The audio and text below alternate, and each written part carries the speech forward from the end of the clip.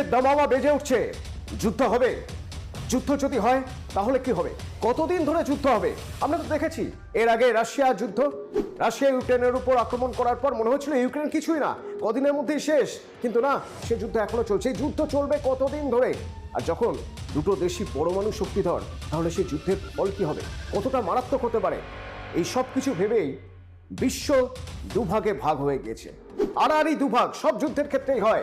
যখন ইসরায়েল হামাসের উপর অ্যাটাক করে গাজা স্ট্রিপে, তখনও দুভাগে ভাগ হয়। আবার রাশিয়া যখন ইউক্রেনে অ্যাটাক করে, তখনও দুভাগে ভাগ হয়। আর ভারত পাকিস্তান স্বাভাবিকভাবেই বিশ্ব অর্থনীতির বাজারে একটা অত্যন্ত গুরুত্বপূর্ণ জায়গা, সেক্ষেত্রে দুভাগে ভাগ হবে না? হয়েছে। তাহলে দেখতে হবে